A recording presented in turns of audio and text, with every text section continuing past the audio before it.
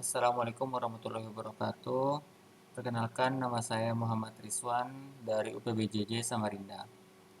Pada kesempatan kali ini saya akan menjelaskan hasil pengerjaan tugas praktik 1 mata kuliah pemrograman berbasis web.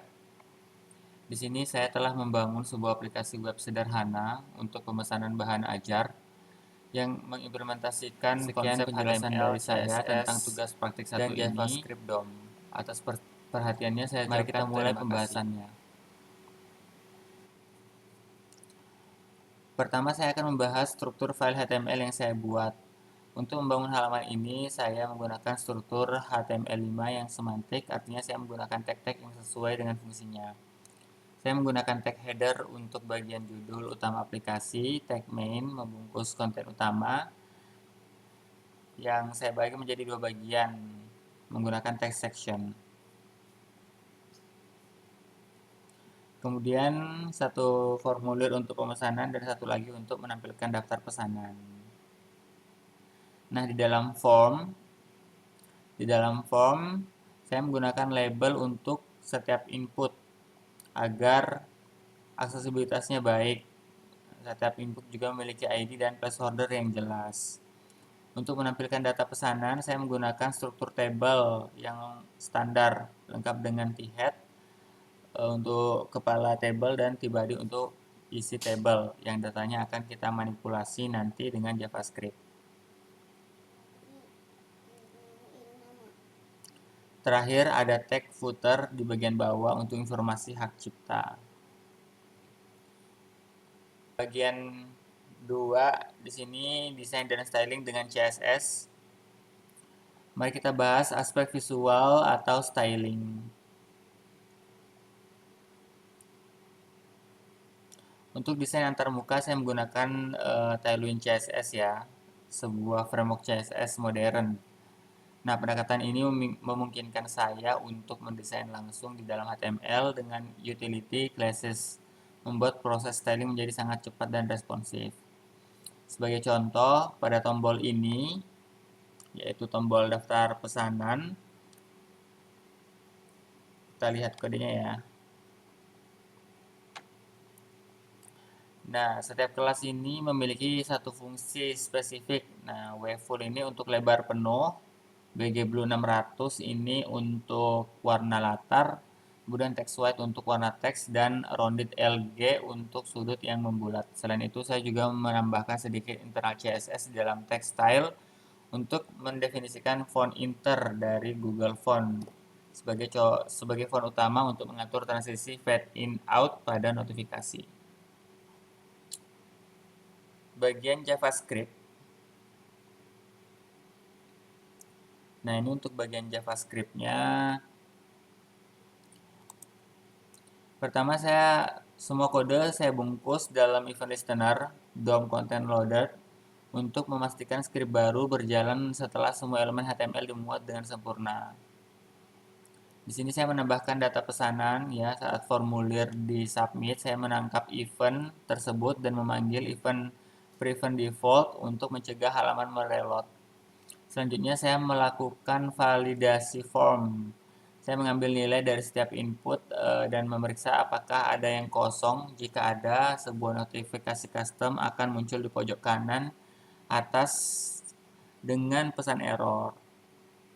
Jika semua valid, maka membuat objek JavaScript baru berisi data pesanan tersebut, lalu memasukkan ke dalam sebuah array bernama orders. Array ini berfungsi sebagai penyimpanan data sementara di aplikasi kita.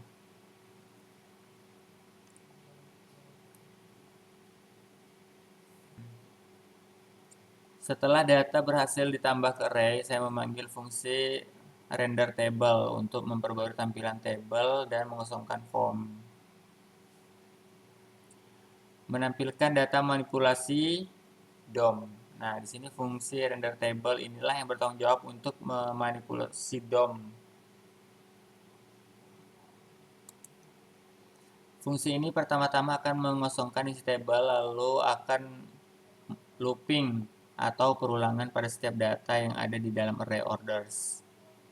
Untuk setiap pesanan, JavaScript akan secara dinamis membuat elemen HTML baru yaitu baris table tr beserta sel-selnya yaitu td. Lalu mengisinya dengan data dari objek tersebut. Baris yang sudah jadi ini kemudian ditambahkan ke dalam tbody table sehingga pengguna bisa langsung melihat data yang baru dimasukkan. Kemudian ada tahap menghapus data. Untuk fitur hapus, saya menerapkan teknik yang disebut event delegation. Saya hanya masuk satu event listener pada tbody. Saat ada klik area table, script akan memeriksa apakah yang diklik adalah tombol dengan kelas delete button.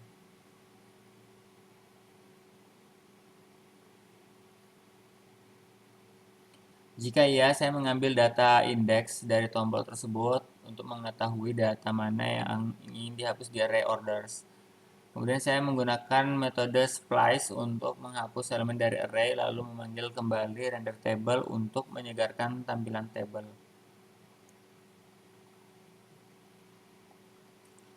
Kemudian notifikasi custom untuk memberikan feedback kepada pengguna saat membuat fungsi show feedback.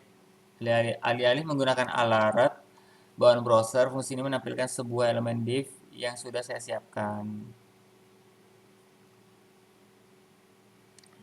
Jadi fungsi ini menerima pesan dan tipe notifikasi sukses atau error, lalu mengubah warna latar belakangnya hijau untuk sukses dan merah untuk error, dan menampilkan dengan animasi transisi yang halus.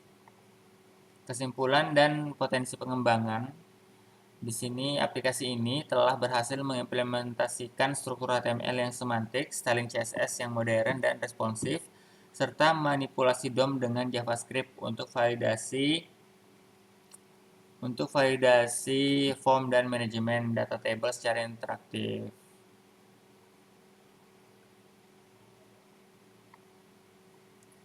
Di sini kita coba ya. Di sini misalnya saya tulis nama, kemudian ada NIM-nya.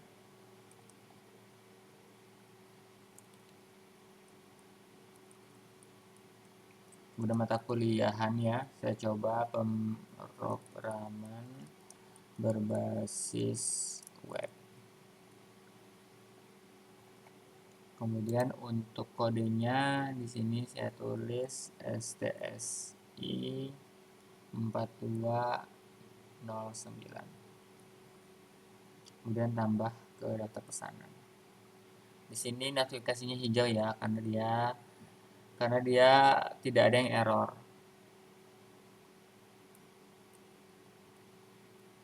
Coba di sini saya isi sembarang ya.